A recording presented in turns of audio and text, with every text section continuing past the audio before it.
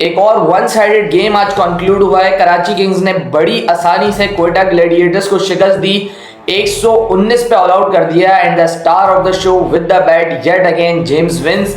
लेकिन जब हम बॉलिंग की बात करें तो हसन अली और मोहम्मद नबी ने क्या स्पेल किया। 4 over 7 run, 2 out by Mohammad Nabi, again 3 for Hasan Ali, both looking in top form and Karachi Kings are looking very good.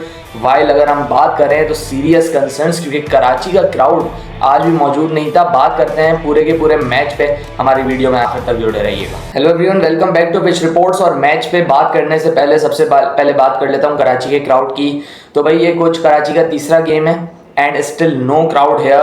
बिल्कुल खाली स्टेडियम्स, खाली स्टैंड्स। इवन लोग शिकवा करते हैं for the view, but even VIP gallery और वीआईपी सीट जो नया पवेलियन बना है वो भी खाली जा रहा होता है। उस पर तो कोई व्यू की शिकायत भी नहीं होनी चाहिए। And it's a weekend, Friday का दिन है यहाँ पे, कल मोस्ट प्रोबेबली सबकी छुट्टी होती है एंड स्टिल ग्राउंड भरता नहीं है कराची का। सो ये साइंस बहुत ख़राब है क्रिकेट के लिए। Being a Karachi team my self, मैं यही समझता हूँ कि इस तरीके का रिस्पांस फ्रॉम कराची पीपल ये अच्छा नहीं है पाकिस्तान क्रिकेट को लेके। और पाकिस्तान क्रिकेट बोर्ड को अब सोचना चाहिए, कराची से अच्छा आप किसी नई लोकेशन पे पीएसएल को शिफ्ट करें, वहाँ पे क्राउड की अट्रैक्शन जो होगी वो लाजवाब होगी। एंड यू नो, जब क्राउड नहीं आता, जब क्राउड की तरफ से रिस्पांस नहीं होता, ना तो प्लेयर्स को खेलने में मज़ा आता है, ना तो मैच देखने का मज़ा आता है। बिल्कुल एम्प्टी स्टेडियम, खामोश क्राउड, कोविड के डेज ऐसा लग रहा है वापस आ गए हैं कराची में जब भी मैच होता है। तो बिल्कुल एक वन साइडेड गेम भी हुआ है, ऊपर से कोई शोर शराबा, कोई एक्साइटमेंट नहीं क्राउड की जानिब से। सो बड़ा प्लेन मैच देखने को मिल रहा है, बड़ा प्लेन पीएसएल अब तक जा रहा है, क्योंकि कोई नेल बाइटर हुआ नहीं है अभी तक। 8 के 8 मैचेस बिल्कुल वन साइडेड हुए हैं, apart from that one game जो कि जेम्स विंस ने ऑन हिज ओन विन करवा दिया था कराची किंग्स। सो वो भी 19वें ओवर की पहली बॉल पे। एंड आई थिंक 2 ओवर पहले ही तकरीबन फैसला आ चुका था कि Karachi will cruise to the victory. खैर अब मैच पे आते हैं, शुरू से बात करते हैं गेम की। तो भाई डेविड वार्नर बड़ा बोल्ड फैसला लिया, टॉस जीत के बैटिंग की इस दफा and they knew their plans. अच्छा पावर प्ले स्टार्ट लिया, कराची ने तेज पावर प्ले का स्टार्ट लिया, लेकिन फिर उसके बाद स्पिनर्स ने क्वेटा ग्लैडिएटर्स के मैच पकड़ा। सऊद शकील ने बॉलिंग किया, जन क्या खूब बॉलिंग की पहले 2 ओवर्स में, बहुत लीथल लगे। एंड टिम सैफर्ड को जो बहुत ज़बरदस्त बॉल किया, वो I think ball of the match था। एंड टिम सैफर्ड को बिल्कुल समझ नहीं आई, सऊद ने वो विकेट लिया। उसके बाद अली माजिद इंक्लूजन की गई इन place of Usman Tariq and I think Usman को बचाया जा रहा है क्वेटा की जानिब से, बिकॉज 24 की 24 बॉलें उस्मान तारिक की सस्पेक्ट की नज़र में आई हैं। In the last game umpires has reported is 24 balls, मतलब अब 4 ओवर में 24 बॉल्स, 24 की 24 बॉल्स सस्पेक्ट हुई हैं, रिपोर्ट हुई हैं कि इनका एक्शन जो है 24 बॉल पे सस्पेक्टेड है। तो इतना बड़ा मसला अभी उस्मान तारिक का चल रहा है एंड क्या अब हल निकलता है, ये क्वेटा को भी सोचना है, पीसीबी को सोचना है, पीएसएल की मैनेजमेंट को सोचना है, क्योंकि ये बात है रेपुटेशन ऑफ द लीग पे कि एक बॉलर जिसका एक्शन सस्पेक्टेड है वो अलाउ कैसे हो रहा है to play the league. And अगर वो सस्पेक्टेड नहीं है देन उसके प्रॉपर टेस्ट होने चाहिए, उसके इन बुनियाद पे जो अंपायर्स ने बोला है उसकी बुनियाद पे टेस्ट एंड फौरन होनी चाहिए। बल्कि पाकिस्तान में नहीं, आईसीसी में ही एक दफ़ा टेस्ट होना चाहिए, क्योंकि इससे पहले भी उस्मान तारिक का एक्शन T10 लीग में रिपोर्ट हुआ था, वहाँ पे उनसे कोई एक्शन नहीं लिया गया। अब ये दूसरी दफ़ा है एंड ये बहुत बड़ा केस है, बिकॉज 24 बॉल्स रिपोर्ट होना ऐसा होता नहीं है। आप यूजुअली जो एक्शन रिपोर्टिंग होती है उसमें सस्पेक्ट किया जाता है 2 to 3 बॉल्स पे कि इसने यहाँ पे अपना हैंड जर्क किया या बैंड किया है, लेकिन उस्मान तारिक का 24 आउट ऑफ 24 बॉल्स हैं सस्पेक्शन लिस्ट में। सो यहाँ पे देखना पड़ेगा क्वेटा की मैनेजमेंट को, इनको जल्द से जल्द भेजा जाए, टेस्ट करवाया जाए and if he is good enough और if he is pass by that ICC board जो भी है उनके अहदेदारान अगर इनको पास करते हैं then he should be allowed to play PSL. इसके अलावा आप नहीं कर सकते, क्योंकि हमने सईद अजमल को भी खोया इस तरीके से। जब वो वर्ल्ड पे आया, राज करने लग गया, तब याद आया आईसीसी को कि हाँ भाई ये तो बट्टा मारता है, ये तो अलाउ ही नहीं है हमारी क्रिकेट में। उससे पहले से याद नहीं आया आईसीसी को कभी। जब उन्होंने देखा कि सईद अजमल बड़े से बड़े बैट्समैन को खड़ा होने नहीं दे रहा, तो उन्हें याद आया कि भाई ये तो इलीगल है, ये हो ही नहीं सकता क्रिकेट में, ये इस तरीके की बॉलिंग हो ही नहीं सकती। सो इसको जल्द से जल्द क्योर करने की ज़रूरत है। सीन एबट का इंक्लूजन किया गया आज। एंड अगर हम ओवरऑल देखें तो सारे के सारे जो बॉलर्स हैं वो बड़ी अच्छी बॉलिंग की उन्होंने, apart from Fahim Ashraf and Mohammad Amir. Mohammad Amir अपने लास्ट ओवर में भी एक्सपेंसिव रहे, अपने सेकंड लास्ट ओवर में भी एक्सपेंसिव रहे। पहले मैच के बाद रिदम में नहीं दिख रहे हैं, ऑब्वियसली पेस तो बहुत पहले से ही कम हो चुका है, तो अब ज़्यादा रिलाय करते हैं वेरिएशंस पे। लेकिन वो भी पिछले 2 मैचेस में अच्छी नहीं गई है उनकी फॉर्म। पिछले मैच में भी 40 प्लस दिया था, इस मैच में भी 40 प्लस दिया है, लेकिन आमिर के ऊपर कोयटा भरोसा करेगा एंड करना भी चाहिए। बड़ा बॉलर है, बड़ा नाम है, पाकिस्तान का बड़ा नाम है, सो बैक करना चाहिए आमिर को।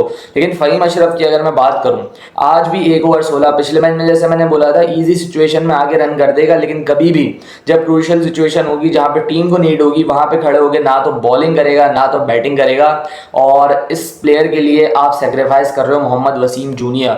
मोहम्मद वसीम जूनियर को अभी भी एक मैच भी नहीं मिला इस PSL में, और अगर ये PSL ही नहीं खेलेगा वसीम तो फिर खेलेगा कहाँ वो? ना उसकी पाकिस्तान टीम में जगह बन जाती है, ना उसकी PSL में जगह बन रही है, तो भाई वो अब खेलेगा कहाँ? वो अपने आप को नदिश करेगा किधर? यही एक प्लेटफॉर्म होता है। आई डोंट नो फ़हीम ने ऐसा क्या किया हुआ है PSL में या इंटरनेशनल में कि हर टीम फ़हीम अशरफ फ़हीम अशरफ फ़हीम अशरफ से पीछे हट ही नहीं रही है।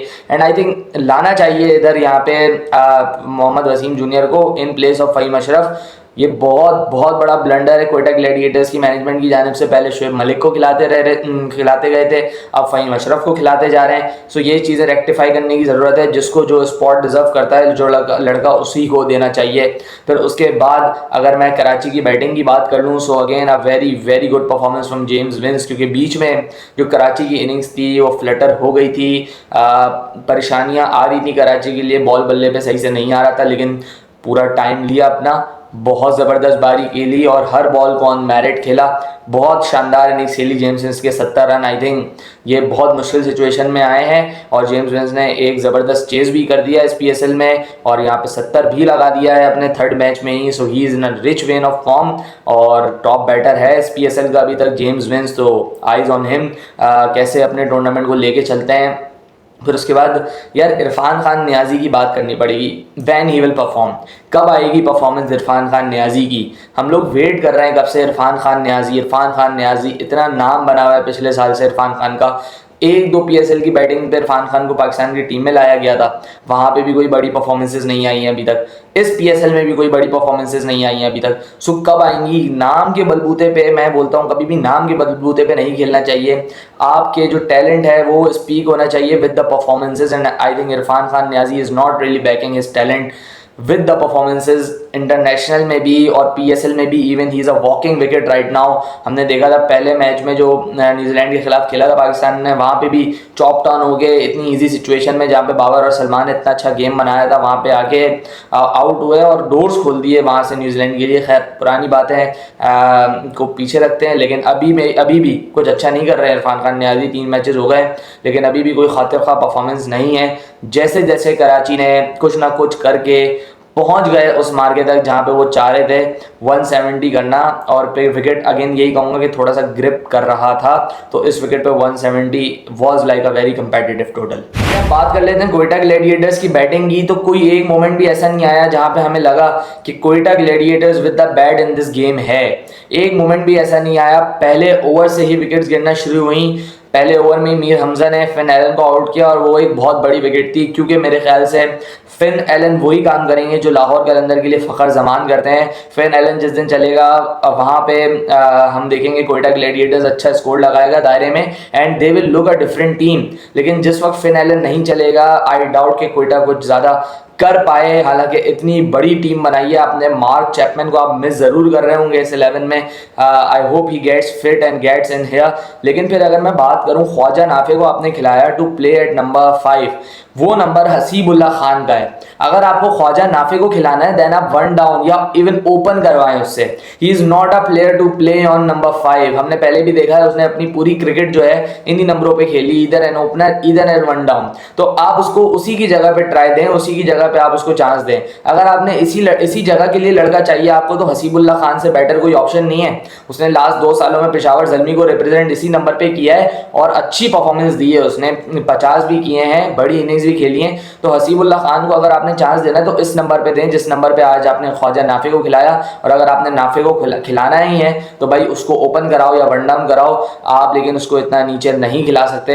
एंड अगेन बात करूंगा हसन नवाज के लिए येट अनदर फेलियर। उसके बाद राइली रूसो भी आउट हुए और हमें देखने को मिली ज़बरदस्त bowling from Hasan Ali in the power play. नया बॉल हसन अली बहुत मूड में लग रहे हैं इस दफ़ा पीएसएल में, फॉर्म में है, रिदम में है, भाग रहे हैं तो अच्छे लग रहे हैं, बॉल डिलीवर कर रहे हैं तो अच्छे लग रहे हैं, हाथ से अच्छा निकल रहा है, ऑफ द विकेट स्किट हो रहा है जो कि हसन अली की खासियत थी। सो बहुत दिनों के बाद हसन अली को इस तरीके से देख के खुशी हो रही है क्योंकि वो पाकिस्तान का एक ऐसा एसेट है, क्योंकि मैं समझता हूँ एक ऐसा प्लेयर है जो कभी अपने बैट से बॉल जितवाता है, मैच जितवाता है, कभी अपनी बॉल से मैच जितवाता है, कभी इवन फील्डिंग से भी मैच जितवा देता है। So he is a match winner, genuine match winner अगर अपनी फॉर्म में हो। And Pakistan really want Hasan to be fiery, और जिस तरीके से पीएसएल जा रहा है I am really glad for him. फिर उसके बाद मोहम्मद नबी ने तो भाई हिले ही नहीं दिया, 4 over 7 run 2 out. Can you imagine what a spell from Mohammad Nabi, और बहुत ज़बरदस्त डिसीजन। हम पिछले मैच में ये बात कर रहे थे कि क्या एडम मिल्न पे रिस्क लेगा कराची किंग्स, बिकॉज बॉलिंग वैसी शॉर्ट है आपकी, आप क्या उस पर रिस्क लोगे। एंड आज की जो टीम खिलाई कराची ने that was a very good lineup I think. Adam मिल्न को बिठाया तो आप मीर हमजा को अंदर लाए, उसके बाद आपने रियाजुल्लाह को चांस दिया, हालांकि ही डिडंट फायर, लेकिन वो एक ऐसा प्लेयर है जो कि फ्यूचर में अच्छी परफॉर्मेंसेज हमें देता हुआ दिख सकता है। अभी वेरी यंग है, अंडर 19 खेला है रिसेंटली, सो उसको चांस देना चाहिए, भरपूर चांस देना चाहिए एंड थोड़ा सा आई थिंक ऊपर चांस देना चाहिए। एंड कराची के स्पिनर्स ने फिर जाने नहीं दिया, एक मौके पे भी खुशदिल शाह को आप ले लें या मोहम्मद नबी को ले लें तो बहुत ज़बरदस्त दोनों के स्पेल्स। खुशदिल ने भी आखिरी ओवर में रन दिए, वरना उसके 3 ओवर बड़े टाइडी थे। ओवरऑल अगर हम बॉलिंग यूनिट की परफॉर्मेंस देखें तो टॉप नॉच थी। आमिर जमाल को खेलते हुए बहुत अच्छा लगा, अब्बास अफरीदी आज भी इनते हैं, आज अच्छी बॉलिंग की, अब्बास ने आउट भी किया फ़हीम अशरफ को, एंड लाइन लेंथ भी ज़बरदस्त थी। लेकिन सऊद शकील की इनिंग्स का मुझे कुछ खास समझ नहीं आया। आई नो आप कह सकते हो कि विकेट्स गिर रही थी साइड बाय साइड, लेकिन playing with less than 100 strike rate ये कुछ बात समझ नहीं आई। And even in the 20th over Saud Shakeel जो है बॉल को मिडल नहीं कर पा रहे थे। अगर आपने पूरी बैटिंग देखी हो उनकी तो he was not able to middle a ball, even वो 20वें 19वें ओवर में भी मिडल नहीं कर पा रहे। तो आई थिंक एक बैट्समैन जो ओपनिंग से आया हुआ होता है वो 20वें ओवर तक अगर खेलता है सो आई थिंक उसको सेंचुरी से कम कुछ नहीं करना चाहिए। यहाँ सेंचुरी क्या 50 भी नहीं की सऊद ने, एंड बहुत ख़राब इनिंग्स। साथ में अगर आप खेल रहे थे then you should have shown the intent. आप क्या करने गए, पूरे 20 ओवर खेलने गए, 20 ओवर खेल के आपको क्या मिला, आपका जो रन रेट है वो तो अभी भी इतना ही ज़्यादा दूर है आपसे, 119 पे आप ऑल आउट हो गए। उसके बाद आप देखें 175 चेस करते हुए पिछला मैच आप 80 रन से हारे हो, सो रन रेट तो वैसे ही दूर है। सो अगर आपको रन रेट के लिए जाना है तो आप कोशिश करें कि जितना करीब आप टारगेट के जा सकते हैं उतना करीब जाएं, लेकिन कोई इंटेंट नहीं दिखी। आमिर आए, आमिर ने हिटें मारी वहां पे, अबरार ने भी 2-3 शॉट्स मारी लेकिन नहीं लगे, तो सऊद शकील से नहीं लगे और एक शॉट भी नहीं लगा सऊद शकील से। बिल्कुल ऑर्डिनरी बैटिंग की और बिल्कुल ऑर्डिनरी लगे।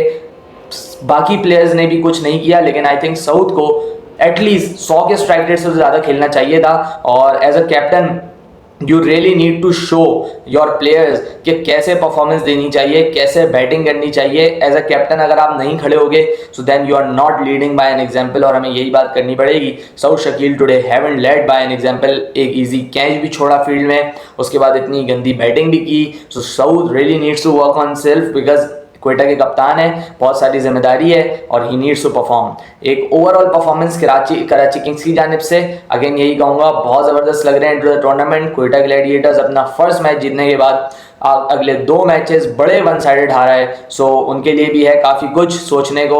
मिलते हैं कल के मैच के पोस्ट व्यू में भी और प्रीव्यू में भी। बाबर रिजवान टकराएंगे, आमने सामने होंगे इन द पीएसएल। उम्मीद करूंगा कि अच्छा क्राउड भी आएगा और अच्छा मैच भी देखने को मिलेगा हमें। जब तक के लिए हमारे साथ जुड़े रहिएगा, हमारे चैनल को कर लें सब्सक्राइब। मिलते हैं किसी और वीडियो में, अल्लाह हाफ़िज़।